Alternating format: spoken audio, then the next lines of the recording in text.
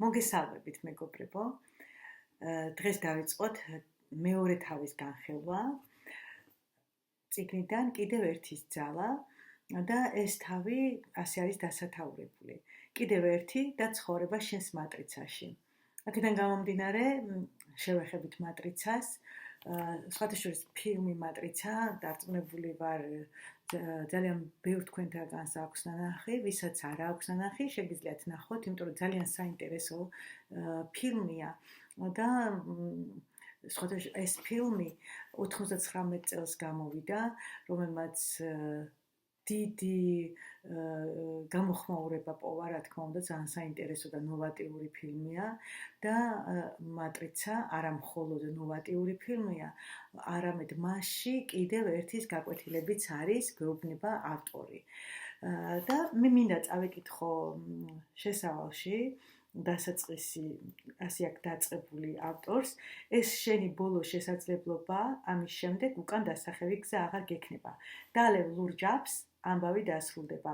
შენ საწოლში გაგეღვიძება და იმას დაიჯერებ, რაც მოგესურვება.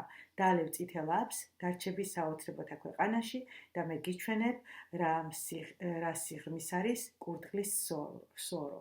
ამას მორფეუსი ეუბნება ნეოს. ეხლა მინდა ორივე სიტყვით შევეხო ამ ფილმს. ეს არის ფილმი კიანუ რივზი თამაშობს, რივზი უბრალოდ და მის გმირზეა, აქ არის ორმაგი ცხოვრებით ცხოვრობს პროგრამისტი თომას ანდერსონი, ეს მას ჰაკერ ნუეს სახითაც გვევლინება და იგი გაერთიანდება ასევე ძალიან ცნობილ და უბრალოდ ეს იმდენად არა, მაგრამ ის მეორე ლეგენდარული მორფეუსი უფრო ცნობილი პროგრამისტია, ძლიერი და ისინი ერთმანეთში გაერთიანებდებიან, ძალებს გაერთიანებენ იმისთვის, რომ გაანადგურონ მატრიცის შემქმნელები, ვინც გამოიგონა ესე იგი ეგრეთ წოდებული ხელოვნური ინტელექტი, ვინც აკონტროლებს ხო ადამიანებს. მატრიცა ეს არის ადამიანის წარმართველი, ეგრეთ წოდებული ხელოვნური ინტელექტი, რასაც ვეძახით და ამ შემთხვევაში ნოე გამოავლენს ზეადამიანურ უნარებს, ანუ შეძლებს იმისთვის, რომ გააკეთოს ყველაფერი და აირჩიოს ლურჯიაბი, დარჩეს თავისუფალი თავის არჩევანში, ანუ აქ როგორ არის თითით ლურჯიაბი ნიშნავს, რომ თავისუფალი იქნება თავის არჩევანში და წითელი აბი პირიქით, აი როგორც წავიკითხეთ, უკვე რჩება თავის პროგრამებში, თავის ჩარჩოებში და იქნება მართვადი სხვის მიერ, ამ ხელოვნური ინტელექტის მიერ ფილმის მიხედვით. ეხლა დღეს ჩვენ ფილმს არ განვიხილავთ, რა თქმა უნდა, მაგრამ ავტორს აი კარგად აქვს შედარებები გაკეთებული ამ ფილმიდან და მე ვიტყოდი, რომ ის ადარებს მატრიცას, ესე იგი პირობითად და ამბობს, რომ მატრიცა ეს იგივეა, რაც ჩვენი რეტიკულარული აქტივაციის სისტემა და ამასაც გეტყვით ეს რა არის, ნელ-ნელა მივყვებით წაკითხვის პარალელურად და ძალიან დიდი ზემოქმედება აქ ადამიანზე, ანუ ეს არის ერთგვარი პროგრამა, თუ გინდათ პროგრამა დაარქვით, არა აქვს მნიშვნელობა, რომელიც არის ჩვენში ჩამოყალიბებული. ანუ რომელიც არ არის ჩვენს მიერ შექმნილი. თუმცა კარგი ის არის, რომ ჩვენ შეგვიძლია გავაკეთოთ ისე, რომ მატრიცაზე მოვახდინოთ ჩვენივე მატრიცა, ჩვენვე შევქმნათ, შემოვახდინოთ ზემოქმედება და გავხდეთ ის ერთადერთი, როგორიც იყო ნეო ფილმში, მან შეძლო ამის გაკეთება, ის არის რჩეული, რომელმაც გაანადგურა, რომელსაც სურვილი აქვს, რომ მატრიცა გაანადგუროს და თავისუფალი ნება და თვითონ მართოს თავისი ცხოვრება, აი მოკლედ რომ თქვა. ანუ ნახეთ, ეხლა რას გვეუბნება, რომ ის ერთადერთი ვიყავი მეო, ავტორი ამბობს, რომელმაც შეცვალა არა მხოლოდ ჩემი ცხოვრება, არამედ მთელი ჩემი ოჯახის ცხოვრება, იმიტომ რომ თქვენ მოგეხსენებათ მე შესავალში ვილაპარაკე ამაზე, რომ ის თვითონ დაიბადა ისეთ ოჯახში, სადაც იყო სიღარიბე, მამა იყო სასმელზე დამოკიდებული, არ ქონდა კარგი ბავშვობა და რა თქმა უნდა მომავალიც თავისთავად ისეთი არ იქნებოდა თვითონ რომ არ შეეცვალა და თვითონ ამ დროს იყო ძალიან გახდა წარმატებული, დიდი ფულის პატრონი ადამიანი და ნუ მოკლედ მთლიანად შეცვალა თავისი მატრიცა. ასე ამბობს თვითონ ყოველ შემთხვევაში და გვეუბნება რომ მე ვლოცლობ იმისთვის რომ შენც გახდე ერთადერთი შენს ოჯახში მომწონს თუ როგორ გახდა ნოე ერთადერთი ნეო უბრალოდ მაპატიეთ ერთადერთი ვინაიდან ჩემი აზრით ეს იმის მეტაფორა რაც ყოველ ოჯახშია და ჩვენ რომ უყურებთ სხვა ოჯახებს რომ ესეთი წარმატებულები ბედნიერი ოჯახია ეს ავტორი გვეუბნება რომ ეს ნამდვილად მასში იყო რომელიღაც ოჯახის წევრი, რომელმაც თავის თავზე აიღო პასუხისმგებლობა და მან შეცვალა ყველაფერი, თორე სინამდვილეში თავიდან ესესი არ იქნებოდა. ეს გულისხმობს იმას, რომ შეიძლება ახლა ამ ეტაპზე და იყოს ისეთი ოჯახები, სადაც უკვე წინა თაობებიდან მოსდგავთ, მაგრამ სადღაც რომელიღაც თაობაში ვიღაცამ აუცილებლად რაღაცა შეცვალა. წინააღმდეგ შემთხვევაში ჩვენ ვართ მართულები, როგორც ადამიანების უმეტესობა მთელ დედამიწაზე რაღაცა ძალის მიერ რომელიც ჩვენზე არ არის დამოკიდებული. და მე ვფიქრობ, რომ ეს ერთგვარი პროგრამაა, ჩემი აზრით, რა თქმა უნდა, მე ჩემ აზრს დავაფიქსირებ, რომელიც თუნდაც სისტემის მიერ, რელიგიის მიერ, სახელმწიფოს მიერ, არ ვიცი, კულტურის ყველაფერი აქ შედის გაერთიანებულია და ჩვენ ზოგჯერ ცხოვრობთ ისე, რომ სულაც არ არის ჩვენთვის საინტერესო, სულაც არ არის ჩვენი იდეები, ჩვენი ღირებულებები, რაც უნდა გავიზიაროთ, ნუ ამ შემთხვევაში ყველას არ გულისხმობ, მაგრამ არიან ადამიანები, რომ ცხოვრობენ აი ამ ჩამოყალიბებული პროგრამებით, რომელიც მასშია და რომელიც გარედან არის მათზე მიწებებული. კიდე რაზე გვიყვება ახლა ამ თავში, ძალიან საინტერესო თავია, მინდა გითხრათ, რომ ხო, გვეუბნება, რომ შენი მატრიცა არისო, შენი ფილტრიო და რას ფიქრობ თუ გეტყვიო, რომ შენ უკვე ცხოვრობ შენს მატრიცაში, ეს შეიძლება გასაკვირვი იყოს და მე მინდა რომ მოგიწოდოთ რომ ნახოთ ეს ფილმი და უფრო მეტად გაერკვიოთ პრინციპში, მაგრამ აქაც ვისაუბრებთ ისე, რომ რაც მნიშვნელოვანია ჩვენთვის, აი იმ მომენტებს განვიხილავთ, ხო?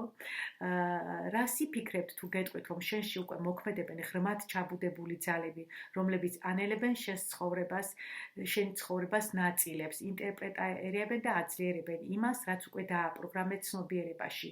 ვერც კი ხვდები, რომ ეს ხდება, მაგრამ ასია.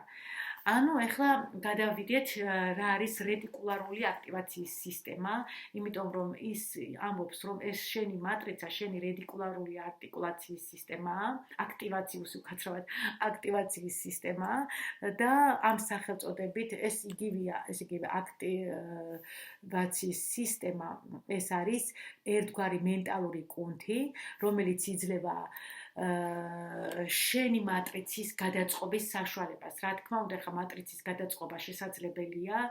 აი იცით როგორ არის ბედის წერა, წარმოიდგინეთ ბედის წერა და თავისუფალი ნება. ხშირად ხომ არის ეს კითხვა, რომ ბედის წერა არსებობს, არ არსებობს? რა თქმა უნდა არსებობს და მე ამაზე ვიდეოც მაქვს ჩაწერილი, შეიძლება ნახოთ კიდეც ამ გვერდზე და არსებობს თავისუფალი ნება. ჩვენ ყოველთვის შეგვიძლია აი ბედის წერის შეცვლა, აი მე დავარქმევდი ამას, აი ამას გულისხმობს მატრიცა, ეს ბედის წერა, პროგრამა, რომელიც ჩვენ შეგვიძლია შევცვალოთ ნებისმიერ შემთხვევაში, იმიტომ რომ ჩვენ თუნდაც ღვთისგან გვაქვს მონიჭებული ეს თავისუფალი ნება და არჩევანის გაკეთების საშუალება ყოველთვის არის.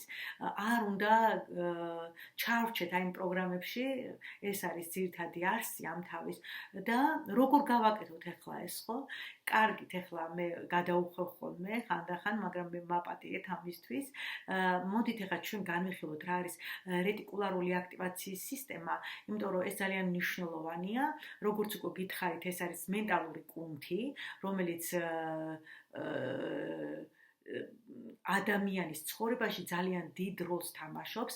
ახლა წარმოიდგინეთ, ნევროლოგიაში რეტიკულარული ნიშნავს ერთგვარი ქსელი, ან ობობას ქსელი წარმოიდგინეთ, აბლაბუდას მსგავსი, რომელიც შექმნილია ნერვული უჯრედებისგან არის მათი შეერთებისგან და ეს ტვინის ეს ნაწილი განთავსებულია თავის ტვინის ღეროში, თალამუსსა და ზურგის ტვინის შორის, შუაშია სადღაც ცენტრში. მე ხა არ ვარ ექიმი და უბრალოდ ისე შევეხები ჩემი გამოცდილება და ცოდნა ეს არ არის, მაგრამ ეს რაც გვჭირდება და ფსიქოლოგიაში რა თქმა უნდა ეს ყველა მიცის, თავის ტვინის ღეროშია ეს ადგილი, როგორც გითხარით და ძალიან იმას იცით რას ქმნის, ტვინის ცენტრშია და ამ ტვინზე გადაკრული უჯრედები, როდესაც ეს ნერვული უჯრედები გამოდის გარეთ, წარმოქმნის ჩვეულებრივ ბადეს, აი როგორც ვთქვი, აბლაბუდის ქსელივით და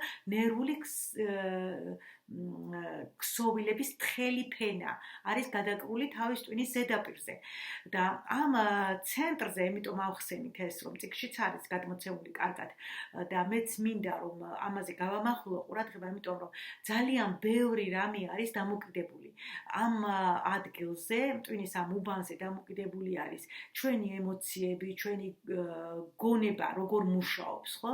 ბევრი რამე. ნახეთ, აი ტკივილის შეგრძნებები მაგალითად ძილის პერიოდი, აი, როდესაც გვძინავს, ან უძილობა გაქვს, ან შენი მოგონებები, იმიტომ რომ აქ ამაში ხდება ქიმიური ნივთიერებების წარმოქმნა, ისეთი ნივთიერებების, რომელიც ყველა მიცით, ეს არის სეროტონინი, დოფამინი, ნორადრენალინი და ეს ყველაფერი კი არეგულირებს ემოციებს და მართავს ჩვენს გონებას. ასევე აუცილებლად მინდა აღვნიშნო ისიც, რომ თუ ეს უბანი დაზიანებულია, ეს ადგილი რეტიკულარული აქტივაციის ცენტრი ყოველთვის დაკავშირებულია ფსიქიკურ აშლილობებთან, როდესაც დაზიანებულია, ანუ დარღვეულია მისი ფუნქციები და ამ დროს შეიძლება განვითარდეს ისეთი მძიმე დაავადებებიც, როგორც არის შიზოფრენია, სხვადასხვა სტრესული აშლილობები, კოგნიტური დისბალანსიც შეიძლება მოხდეს და ბევრი რამეა ამაზე დამოკიდებული. აქედან ეხლა რატომ ვისაუბრე ამაზე, იმიტომ რომ წარმოიდგინეთ, ამას აქვს ფილტრის დანიშნულება. ერთგვარი ფილტრია, რომელიც ადამიანს როცა სჭირდება, რაზეც ამახვილებს ადამიანი ყურადღებას, რაზეც ის აკეთებს ფოკუსირებას და კონცენტრირებას, მას იმახსოვრებს შენი ტვინი და რაც სჭირდება, იმას იტოვებს და რაზეც არ გვაქვს ახლა ყურადღება გადატანილი, იმას აუცილებლად იგნორს უკეთებს. და აი მაგალითისთვის რო ავიღოთ, ხო?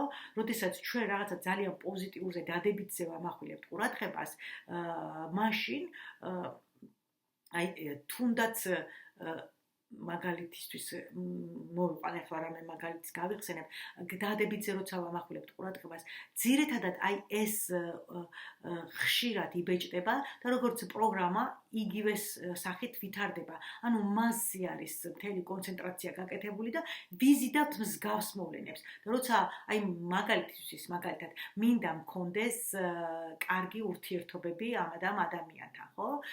სიტყვაზე თუ დავუშვათ პარტნიორთან და ჩვენ გვაქვს კონცენტრაცია გაკეთებული იმაზე, რომ დადებითს ვხედავთ მასში, დადებით მოვლენებს, დადებით თვისებებს ვეძებთ, დადებით უნარებს, რაც მას აქვს და მასზე გვაქვს გაკეთებული და ყოველთვის არ იფიქროთ, რომ შეიძლება მასში არაფერი შეიცვალოს, პრინციპში მასშიც შეიცვლება, მე როგორც ვიცი, იმიტომ რომ ჩვენ უგზავნით მას ამ პოზიტიურ განწყობას, მაგრამ რომც არაფერი, ჩვენ ყოველთვის გვექნება მასთან კარგი ურთიერთობა, იმიტომ რომ ყოველთვის ეს არის ჩვენ ტვინში. აი ეს ადგილი, ეს უბანია ამაზე პასუხისმგებელი, მაგრამ ჩვენ თუ მასში დავინახავთ მხოლოდ ცუდს, მაშინ ის ცუდი არის გააქტიურებული და ჩვენი რაც უნდა კარგი გააკეთოს ამ ადამიანმა, ჩვენი კონცენტრაცია როცა ცუდზეა გაკეთებული, ჩვენ მასში ცუდს ვხედავთ და თავისთავად ურთიერთობები ფუჭდება. ან მაგალითად ავიღოთ თუნდაც ფინანსები, ხო? როდესაც ჩვენი შინაგანი მდგომარეობა გადაწყობილია, მაგალითად გვინდა გამოვიმუშაოთ დიდი ფული და დაკონკრეტებული ეს ფული რისთვის არის საჭირო, რისთვის გვჭირდება, რაში გამოვიყენებთ, რომ კეთილი განზრახვით, როგორც წინა თავში ვისაუბრეთ, თუ განზრახვა უნდა იყოს კეთილი და პოზიტიური, მაშინ ჩვენი ტვინი გადაერთვება ამ პოზიტივზე. მე მინდა მქონდეს ეს აი მაგალითად ჩამოყალიბებულად, მაგრამ თუ ჩვენ ვიტყვით, რომ არ მინდა ვიყო ღარიბი სიტყვაზე, მაშინ არ ნაწილაკი ჯერ პირველ რიგში მინდა გითხრათ, რომ არ ესმის ამ ტვინს და მეორე რიგში ჩვენ ამ დროს ყოველთვის ვცდილობ, აი არ მინდა ამ სიღარიბეში დავიღალი, ამ სიღარიბეში ცხოვრება დავიღალი, ამ არ ვიცი, ან თუნდაც ვერ ვყიდულობ რაღაცას, ვერ ვისრულებ ჩემს სურვილებს. აქ იცით რა არის გაკეთებული? კონცენტრაცია ცუდზეა გაკეთებული. არა იმაზე, რომ აი მე მინდა ის მქონდეს, უარყოფითად არ უნდა გქონდეს. აი როგორც აფირმაციების დროს ხდება ხოლმე. აფირმაციებიც ამაზეა, ხო, აგებული და ყველაფერი. ძალიან კარგად აქვს რა ახსნილი და მე იმედი მაქვს, რომ მეც გადმოვეცი ასე თუ ისე. ანუ მატრიცას ეძახის აი ამ ტვინის უბანს, ну, გვეუბნება რომ რაც გინდათ თქვენ ის დაარქვითო, მაგრამ ძირითადად აი ესე აქვს ახსნილი და ჩვენ შეგვიძლია შევცვალოთ ჩვენი მატრიცა, აბსოლუტურად სხვანაირად ისე მოვმართოთ, როგორც ჩვენ გვჭირდება და ეს ფილტრის ფუნქცია რა ხამ აქვს, ის გაფილტრავს ამ იმას, რაც არ გვჭირდება, უკუაგდებს და დაიტოვებს მხოლოდ და მხოლოდ იმ კარგს, რომელიც იმ მოქმედებებს, იმ ჩვევებს სიტყვაზე, აი იმ მდგომარეობას, რომელიც მიგვიყვანს სასურველ მიზნამდე. ასე რომ აი ეს უნდა მოხდეს ამის გავარჯიშება. ვარჯიშია ამისთვის საჭირო და მატრიცას შევცვლით. ჩვენ თვითონ ვქმნით ჩვენს მატრიცასო, პირდაპირ გვეუბნება ასე აქ ახსნილი, ხო? და კიდევ ერთის პრინციპით მოაზროვნეები, ვინც ამ წიგნის მიხედვით ახლა დაიწყებს ამ დაპრაქტიკებას, იმიტომ რომ ყოველ თავში პრაქტიკებიც აქვს მოყვანილი, სწავლობენ ეს მოაზროვნეები, როგორ მუშაობს თავიანთი მატრიცა. ანუ ჩვენზეა დამოკიდებული ავირჩევთ ლურჯავებს თუ ავირჩევთ წითელ აბებს, როგორც ფილმშია მოცემული. მოკლედ ძალიან ერთი ამას ვთქვით, ჩავამთავრე ამაზე საუბარი. ანუ ახლა ნახეთ რა არის. კიდევ ერთის, პრინციპით გვეუბნება მოაზროვნეები თავიანთ მატრიცასთან შეთანხმებით მუშაობას სწავლობენ, რაც თავის მხრივ მუდმივად ქმნის შესაძლებლობებს და შედეგებს, რომლებიც უამრავი გზით აჩქარებს შენს ცხოვრებას და წინ მიგაქანებს. აქედან გამომდინარე, რატომ იქრება? იცხოვრე უფრო შინაარსიანად, შენ შეძლება მის გაკეთებას თუ ამ პრინციპით იცხოვრებ და უნდა შევანელოთ ეს მატრიცა. შენელებაში გულისხმობს დროის შენელებას, რაც აი იქაც არის, ფილმშიც არის ეს, როდესაც სახურავზე დგას ნეო და იქ ტყვიებს ისხლიტავს, ხო, რაღაცნაირად შენელებულია ეს, მაგრამ აქ შენელება გაკეთებულია რა თქმა უნდა, ეფექტებია სპეციალური აპარატურებით და რაღაცებით აკეთებენ, ხო, ფილმში, მაგრამ ჩვენ შეგვიძლია აი ეს ეფექტი ჩვენ თვითონში მოვახდინოთ და არ გვჭირდება ტექნიკური საშუალებები ამისთვის.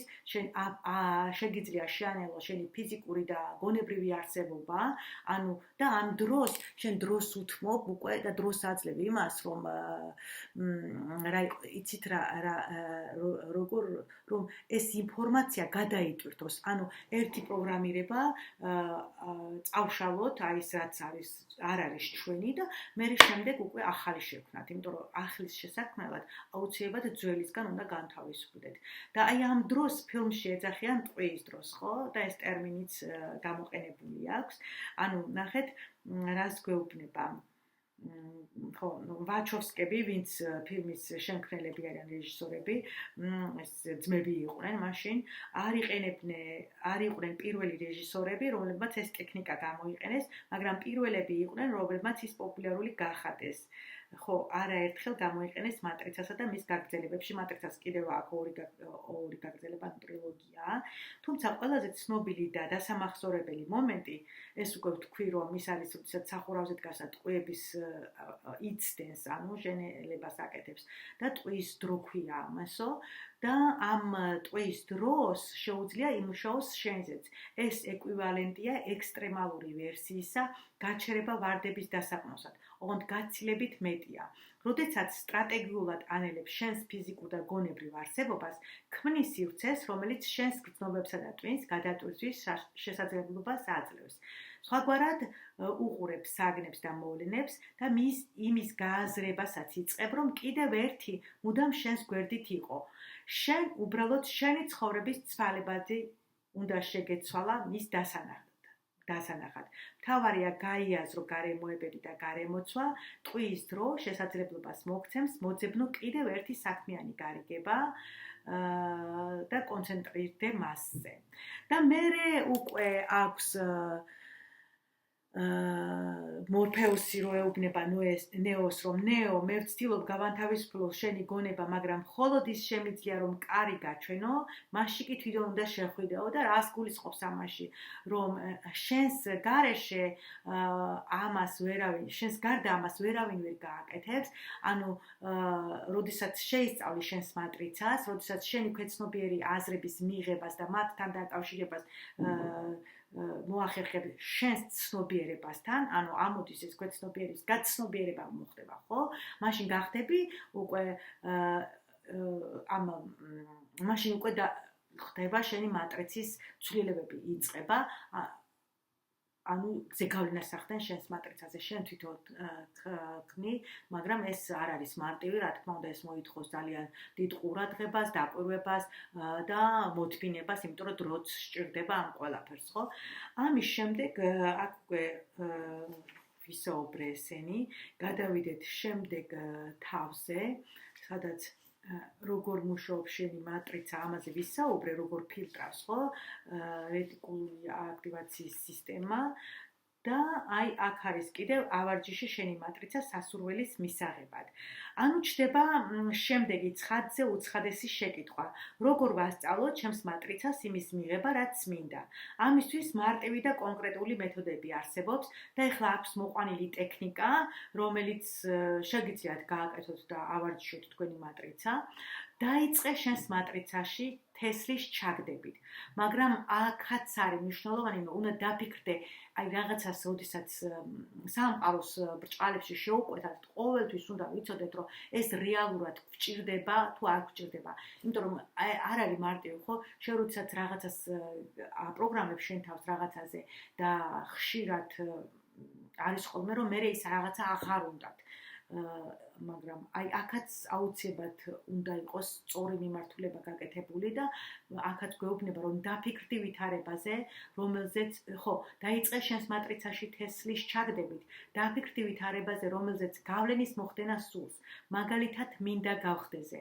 შემდეგ უფრო მიზან მიმართულად იფიქრე კონკრეტულ შედეგზე, რომლის მიღებაც გსურს. ამ შემთხვევაში მინდა მომდევნო, აი მაგალითისთვის ამბობს უკვე, მინდა მომდევნო 6 თვეში 10 კილოგრამი დავიკლო, ხო, მაგალითად. და ბოლოს დაიწყე იმის ვიზუალიზაცია, თუ როგორ გინდა ამის განხორციელება იდეალურ შემთხვევაში. ანუ ეს უნდა გააკეთო, დაინახო ფილმის კადრის სახით, აი აუცილებლად ვიზუალიზაცია, ეს არის ნეიროლინგვისტიკური პროგრამა, ყოველთვის ამას იყენებს ხოლმე. ანუ დაინახავ ამას კადრის სახით, როგორ გინდა, ჯერ ჩამოწერეთ და კონკრეტეთ, როგორ გინდა რომ გახდე. აი მაგალითად ეხლა უფრო მარტივად რო გითხრათ. შეიძლება 10 კილო ადამიანმა დაიკლოს ერთ კვირაშიც. იცით თქვენ და ესეთი რაღაცა ჩემს შემთხვევაში, ჩემს ცხოვრებაში ყოფილა. მე როდესაც ჩამოვედი საფრანგეთში, მაშინ ვიყავი ძალიან ახალგაზრდა, ეს იყო 25 წლის წინ დაახლოებით და რაღაცა ორ კვირაში დავიკელი ზუსტად 10 კილო. და ის ხარჯზე მოხდა ეს, იმის ხარჯზე, რომ მე ძალიან ბევრი ვინერვიულე, აბსოლუტურად რადიკალურად რო დავიწყე ცხოვრების შეცვლა, ანუ მე წამოვედი იქიდან იმისთვის, რომ შემეცვალა, ხო, ჩემი ცხოვრება, დავტოვე ჩემი ოჯახი. ნუ რა თქმა უნდა, ხარ ბავშვებთან ერთად ვიყავი და მე ყოველასთან ერთად ვარ აქ, მაგრამ იქ დავტოვე ჩემი მეგობრები, ჩემი მთელი ბავშვობა, ახალგაზრდობა, ჩემი, აი ყველა მაშინ თან განსაკუთრებით ძალიან ისეთი ცხოვრება იყო, რომ ყოველთვის ვიყავით ხოლმე ერთად შეკრული და ესე იყოს, ეხლა ძალიან არის შეცვლილი ყველაფერი იმის მერე ამ ინტერნეტმა, ამ ტექნიკურმა განვითარებამ ძალიან მოიტანა ისო ადამიანები, ბევრი ადამიანი ერთმანეთს დააშორა და ადრე პირიქით ძალიან მჭიდრო ურთიერთობები იყო ხშირად მივდიოდით, მიუხედავად იმისა, რომ არ იყო ეს ტექნიკა ესე განვითარებული და სად იყო მაშინ ან ინტერნეტი ახალი შემოსული იყო საერთოდ როცა ჩამოვედი და არც ეს Facebook იყო და არაფერი არ იყო და ამან სხვათა შორის ხო, ნუ ყოველ შემთხვევაში ხა ჩემი ისტორიას აღარ მოვყვები და არ გავაგრძელებ. თუმცა საინტერესო იმით არის, რომ ზუსტად აი ამას მიესადაგება ნახეთ, უნდა მისცე სამყაროს უთხრა, გაუჟღერო, დააკონკრეტო, როგორ გინდაო ეს 10 კილო დაიკლო, გვეუბნება აქ ავტორი ამ ტექნიკის დროს. აი მე დავიკელი ისე, რომელიც არ არის არც ერთ შემთხვევაში სასურველი, იმიტომ რომ მე იმდენად გადამეკეტა მაშინ ნერვიულობის ფონზე, რომ უბრალოდ წვენსაც და წყალსაც ვერ ვსვამდი, ცხვირზე უნდა მომეჭირა ხელი, რომ წვენი დამელია და ეს ვაკეთებდი ამას, იმიტომ რომ ცუდად არ გავხდარიყავი. და ეხლა წარმოვიდგინეთ 10 კილოს დაკლება ორ კვირაში როგორია. ანუ სამყარომ სხვა გზით დამაკლებინა, თუმცა ყოველთვის მინდოდა ხოლმე კლება. და განსაკუთრებით იყო კიდე, შემდეგ იყო კიდე მეორე შემთხვევა იყო ჩემს ცხოვრებაში, მაშინაც რამოდენიმე კილოგრამი დავიკელი, იმიტომ რომ ოპერაცია გაკეთება დამჭირდა და მე ვეღარ ვჭამდი საჭმელს და ამ გზით გინდა რომ დაიკლო 10 კილო, გვეუბნება პირდაპირ, ეხლა ჩემი მაგალითები მოვიყვანე. ხომ არ გინდათ, ამიტომ დააკონკრეტეთ რა გზით გინდათ დაიკლოთ ეს 10 კილო, რატომ გინდათ, რა შედეგები გინდათ რომ მიიღოთ. აი პირდაპირ გეტყვით 10 კილოს დაკლების შემდეგ როგორი უნდა ვიყო მე, ესენი ყველაფერი დაწერეთ და მერე ამის ვიზუალიზაცია გააკეთეთ. ეხლა ასე კონკრეტულად არ არის აქ დაკონკრეტებული, რასაც მე გეუბნებით, თუმცა აქ გვეუბნება, ნახეთ, წავიკითხავ. მინდა მომდევნო 6 თვეში 10 კილოგრამი დავიკლო და ბოლოს დაიწყე იმის ვიზუალიზაცია, თუ როგორ გინდა ამის განხორციელება იდეალურ შემთხვევაში. ყოველთვის დააკეთეთ იდეალური. და ეს შენმა წარმოსახვამ გაიგოს ხმა. ანუ იმდენად უნდა შეიგრძნოთ, იმიტომ რომ მარტო ეს არ ჭირს, ხა მინდა დავიკლო, ვიძახო და არაფერი ვაკეთო. მაგის გულისთვის ესი არ გამივა. ჯერ პირველ რიგში უნდა ჩამოწეროთ გეგმა, როგორ უნდა დაიკლოთ. და ამას შრომა ჭირდება, მოქმედება ჭირდება და მეორე ეს ვიზუალიზაციის ტექნიკები, მე ტექნიკებს ვეძახი, ამას იმიტომ რომ ჩვენთან ეს არის ცნობილი ჩვენს კოუჩები, ამას ტექნიკებს ვეძახით და ვინც ამ საკითხებზე მუშაობს. ვარჯიში, კვება, აი ეს ყველაფერი რაც შედის ამაში, წარმოიდგინეთ ვიზუალიზაცია, გააკეთეთ ამისი და დაინახეთ კადრი, აი ფილმის სახით რომ დაინახოთ, ან დახუჭეთ თვალები, ან გახელილი თვალები და ამას აკეთებთ ხშირად. და ყველა დეტალი, თუ გაგიჭირდებათ ამის ვიზუალიზაცია, დაწერეთ, პირველად შეიძლება გაგიჭირდეთ, მეორეჯერ გააკეთეთ, მესამეჯერ და ეს იმდენად უნდა გაჯდეს თქვენში, ეს იმდენად უნდა ავარჯიშოთ თქვენი თავი ამაზე, რომ შემდეგ უკვე ავტომატურ რეჟიმში გადმოდიხართ შესაბამისად. ასეთი ქცევით შენს მატრიცას აიძულებ, რომ შენთვის იმუშაოს. კიდევ ერთის პრინციპით მოაზროვნებ, ეს აზრები მოქმედებითაც უნდა გაამყაროს, საკმარისი არ არის ამაში საკუთარი თავის მხოლოდ აზრობრივად დარწმუნება, საკუთარ თავს ასე წარმატებას ვერ მიაღწევ. ვერ უსურვებ, ამიტომ ეს უნდა გააკეთო და ამავდროულად ის ქმედებები, რა ქმედებებიც თქვენ ჩამოწერეთ და ისი ვიზუალიზაციაც გააკეთეთ. უნდა აუცილებლად ეს აუცილებელია. მერე კიდე რა არის, ხო, ანუ როდესაც შეისწავლით ამ მატრიცას და შენი ქვეცნობიერი აზრების მიღებას შეძლებ და მათ აკავშირებ თქვენს ემოციებთან, თქვენს ცნობიერებასთან, გონებასთან, უკვე გახდებით აი ამ ერთადერთის პრინციპით ცხოვრები ადამიანი, ხო? ანუ კიდე რა მინდოდა რომ მეთქვა? და რაზე მესაუბრა, ამდა გამოვჩეს რამე. ხო, შენი მატრიცა და დადასტურებისადმი მიკერძოებული დამოკიდებულება, ესეთი ქვესათაურია. ნახეთ ახლა რა ხდება. დადასტურებისადმი მიკერძოებული დამოკიდებულება არის იმისკენ მიდრეკილება, რომ ახალი ფაქტები უკვე არსებული შეხედულებების და თეორიების დადასტურებად აღიქვა. შენი მატრიცა და დადასტურებისადმი მიკერძოებული დამოკიდებულება ერთმანეთთანაა დაკავშირებული. როდესაც შენი მატრიცა განსაზღვრულ შეხედულებებს ან შედეგებს აყალიბებს, საქმეში ერთვება დადასტურებისადმი მიკერძოებული დამოკიდებულება, რომელიც ამ შეხედულებებს ამყარებს და ეფექტს აძლიერებს. როცა ეს ხდება, ნებისმიერი მტკიცებულება ან თეორია, რომელმაც შესაძლოა ეჭვი აღძრას ან გააბათილოს ის, რისიც შენს მატრიცას სჯერა, სათანადოდ არ ფასდება. რაც უფრო ძლიერია შენი რწმენა, ან რაც უფრო მეტად ემოციური შეფერილობა აქვს პრობლემას, შენთვის მით მეტად ძლიერი იქნება შერჩევითი დამახსოვრება და შენი მიკერძოება დადასტურებულია. ანუ დროთა განმავლობაში ეს უკვე უნდა იყოს ფეხს გადგმული უпростоრად და შენი რწმენა უნდა იყოს იმ დონეზე, რომ როდესაც ვიზუალიზაციას აკეთებ, ანუ როდესაც ფიქრობ რა გინდა და რას გინდა რომ მიაღწიო, მიზნამდე მიდიხარ, ხო? იმდენად მყარი და გამტკიცებული უნდა იყოს, რომ როდესაც ამ მიზანს მიაღწევ, უკვე აღმაფრენა უნდა გამოიწვიოს ისკენ, რომ მე მივაღწია ამ მიზანს და всё მოვეშვი და ჩემი საქმე შევასრულე. არა, ეს უნდა იყოს ძალიან აღმაფრთოვანებელი შენთვის, ძალიან რა ვიცი, სიხარულის მომტანი და ესაც ვიზუალიზაციის დროს, ტექნიკის გაკეთების დროსაც აუცილებლად შეიგრძენით ეს. წარმოგიდგენთ, ახლა მიაღწიეთ, დაინახეთ, როგორც ფილმი, ხო? ესე გააკეთეთ და მე ბოლოს თქვენი თავი ისეთი, როგორიც არის. ანუ თუ მაგალითად, ხო, ადამიანს მე აქ აქვს ახსნილი ამაზეც და გამახსენდა ახლა ვიტყვი, რომ ადამიანს აქვს ადამიანის გონებრივი კონფლიქტი ხდება ხოლმე გონებაში, ხო? ამას ცნობილია ეს ფსიქოლოგიაში, როგორც კოგნიტური დისონანსის სახელით სახელწოდებით, ამითი არის ცნობილი და ანუ გონების გახლეჩა ხდება, როდესაც ერთი ეწინააღმდეგება მეორეს, ხან იმას ფიქრობ, ან იმას, ან ერთმანეთის საწინააღმდეგო აზრები მოდის, ხო? და შეიძლება ეს იმდენად რთული იყოს, რომ ამან შეიძლება ძალიან ცუდი შედეგებიც კი გამოიწვიოს, მაგრამ როდესაც ადამიანს აქვს ეს მიკერძოებული დამოკიდებულება დადასტურებისადმი, ანუ ძალიან არის ამაში, ხო? დარწმუნებული და ესეთი რწმენა აქვს, მაშინ ეს გონებრივი კონფლიქტიც აღარ არის ხოლმე და თქვენი შეხედულება უნდა იყოს ერთი სიტყვით ძალიან მყარი, რომ ეს არ მოხდეს. კიდე რაზეა აქვს აქ ლაპარაკი?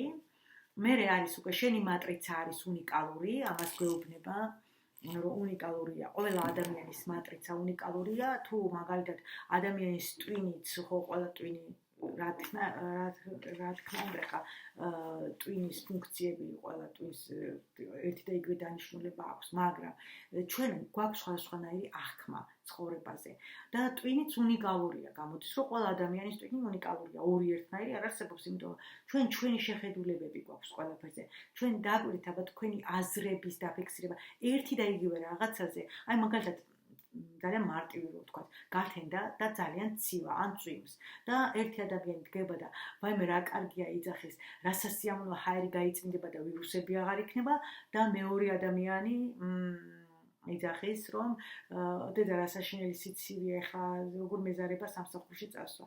სხვათა შორის დღეს მქონდა ზუსტად ეს მაგალითი, იმიტომ რომ ვიყავი ერთ ადგილზე წასული და ლიფტში შემხვდა პიროვნება, რომელმაც დამიწყო იმაზე საუბარი, რომ როგორ ცივა. უცხო ადამიანი ერთად მოვხვდით, დღეს დილით ვიყავი გასული და ძალიან ცივა გარეთ, მართლა ძალიან ცივა, ხა -2 გრადუსია ჩვენთან და კი მეუთხარი თავი დაუქნიე და უცებ გავიფიქრო, ვაიმე როგორ ცივა მართლა და ალბათ ამ მამაკაცს არ მოსწონს სიცივე და იმიტომ აღნიშნე ისეთი სახით მითხრა, მაგრამ მე დამიკონკრეტა, რომ სამაგეროთ ვირუსები აღარ იქნება და მას ასეთი შეხედულება აქვს, თუმცა ახლა მე გავიფიქრე, რომ უიცივა და დედა რა ძნელია ახლა ქუჩაში გასვლა. წარმოგიდგენთ, ყველა ადამიანს აქვს თავისი დამოკიდებულება. თუნდაც მაგალითად აქ აქვს მოყვანილი მაგალითები განხილული იმაზე, რომ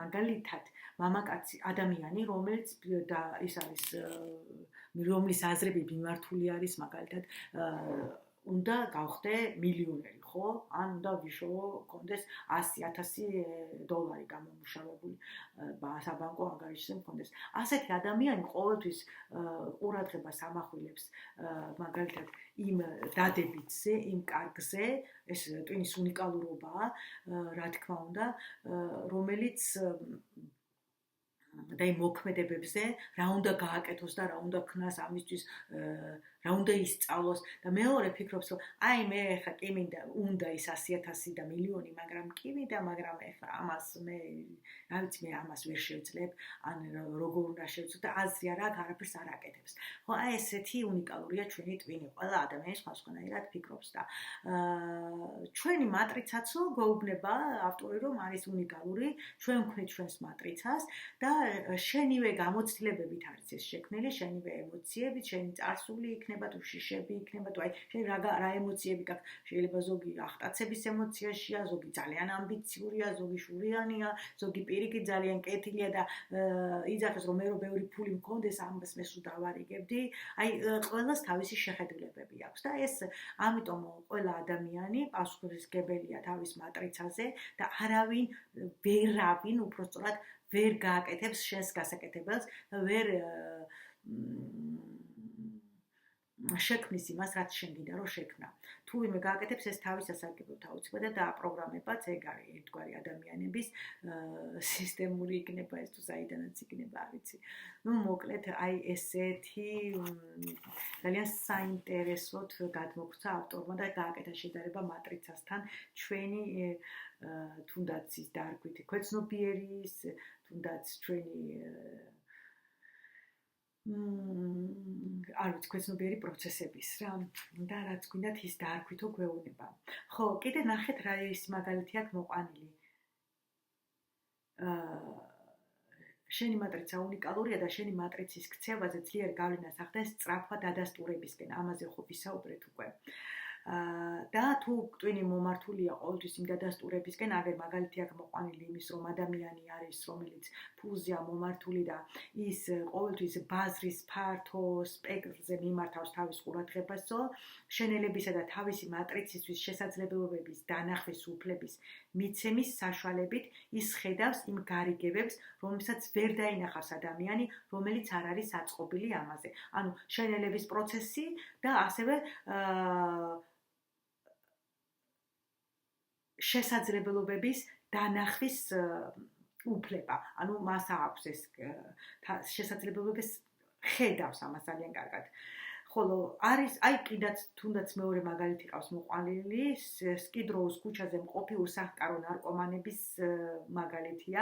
მიუხედავად იმისა, რომ არც თავშესაფარი აქვთ, არც საკვები აქვთ, არაფერი არ აქვთ, მაგრამ ნარკოტიკებზე არიან დამოკიდებული, ისინი მათი ტვინი მომართულია ყოველთვის იმაზე, სად იშოვონ, როგორ იშოვონ ეს წამალი, რომ გაიკეთონ და კარგად იგრძნონ თავი, ნუ კარგად რა, როგორც დამოკიდებულება ხო ადიქციები. უნდათ ეს წამალი და მუდმივად ყველაფერს ახერხებენ. აკეთებენ იმისთვის, რომ ეს მიიღონ და სხვათა შორის ახერხებენ. ნახეთ, როგორ იზიდავენ ამ ყველაფერს, იმას მაინც თავის გასაკეთებელს ამითი ისინი აკეთებენ. ეხლა შემდეგი თავი ეს გახლავთ მატრიცის. ხო, მე აქ წერია, რომ მატრიცის გამოყენება შენს ურთიერთობებზე ვრცელდება, შენი მატრიცის გააქტიურებით იმ ადამიანების თვისებების დანახვას. კი ბატონო, იმ ადამიანების თვისებების დანახვას იწყებ, რომელთანაც ურთიერთობა გსურთ, ამაზე ვისაუბრეთ ავიდანვე. და ეხლა აქ არის შენი მატრიცის ოპტიმიზაცია. შენი მატრიცა უკვე აქტიურად მუშაობს, მაგრამ სწორად მუშაობს თუ არა ის შენი ინტერესების გასატარებლად, ამასაც შევეხე, ანუ სწორი თესლი უნდა იყოს ჩადებული, იმიტომ რომ შეიძლება მე აღარ გინდოდეს ამის გაკეთება და მე ძალიან რთულია, ხო? კიდე ერთი იმუშაო იმასგან და მე აღარ გინდა, მაგრამ შენი ტვინი უკვე გადაპროგრამებული გაქვს ამაზე. უბრალოდ მე ტვინს ვამბობ და აქ გვეუბნება ავტორი მატრიცას ახსენებს. მატრიცის აზროვნების უფრო დადებით სიბრტყეში გადაყვანა მოგაცილებთ შიშს და წუხილს და ამაზებს თავდაჯერებულობითა და წინსვლის იმპულსებით შეცვლით. ამისთვის ორი რამეა აუცილებელი. პირველ რიგში განზრახ უნდა შეცვალო შენი აზროვნება, აუცილებლად უნდა იყოს პოზიტიური, რაზეც წეგან აღნიშნე და დაისახო აუცილებლად მიზნები. თუ გინდა რომ გააქტიურდეს შენი მატრიცა და მიაღწიო იმას, რასაც გინდა რომ მიაღწიო. თუ მიზანი არ აქვს დასახული სწორი მიზანი, მაშინ აზრი არ აქვს. და როცა წარმოდგენებს გააკეთებ უკვე, როცა ვიზუალიზაციებს გააკეთებ და წარმოიდგენ შენ თავს უკვე მიზან მიღწეულს, ძალიან უნდა გავეხარდეს და უნდა იყო აღფრთოვანებული და არა ისე რომ წეგანაც თქვი რომ აი всё გავაკეთე და ჩაღმე და აი რაღაცა ნეიტრალური არ უნდა იყოს. ასევე მეორე ძალიან მნიშვნელოვანი იმისათვის რომ მოხდეს ეს ყველაფერი გამეორე სამჯერ აქვს ეს ფრაზა გამეორებული მუდმივად და გააზრებულად უნდა შეავსო შენი მატრიცა სასურველი აზრებით მუდმივად ყველაფერში აი რასაც გინდა სულ მუდმივად ავტომატურ რეჟიმში სანამ არ გადახვალ ტვინი უნდა გადაიყვანო უკვე ავტომატურ რეჟიმში ანუ იმოქმედე ვიზუალიზაციები აკეთე ის ყველაფერი რაც ხელს შეგიშლის ამ ყველაფერში ადამიანები იქნება ქმედებები იქნება თუ რაც იქნება სიტუაცია იქნება გამორიცხო უნდა შენი ცხოვრებიდან და კიდევ გვეუბნება იმას რომ გახდი უფრო მიზან მიმართული, უფრო თავდაჯერებული, რა თქმა უნდა, ამაზე ბევრი ვისაუბრეთ, უფრო გამორიცხე პროკრასტინაცია, უფრო გაბედული უნდა იყო, უფრო თამამი უნდა იყო და თავდაჯერებული ამაზე ორი აზრი არ არსებობს. ანუ კიდევ ერთის პრინციპით მოაზროვნეები მიზან მიმართულად იყენებენ შესაძლებლობებს, ისინი აქტიურებენ თავიანთ მატრიცას და ეს შესაძლებელია. ხო, აი ძალიან საინტერესო იყო დღეს მე ამით დაგემშვიდობებით და წარმატებულ დღეს გისურვებთ. თუ გააქტიურებთ ვიდეოს კიდევ ერთხელ გთხოვთ და მოგიწოდებთ რომ გააქტიუროთ ეს ვიდეო და ლაიქოთ, თქვენი აზრი დააფიქსოთ და დაგემშვიდობებით შემდეგ შეხვედრამდე. ნახვამდის.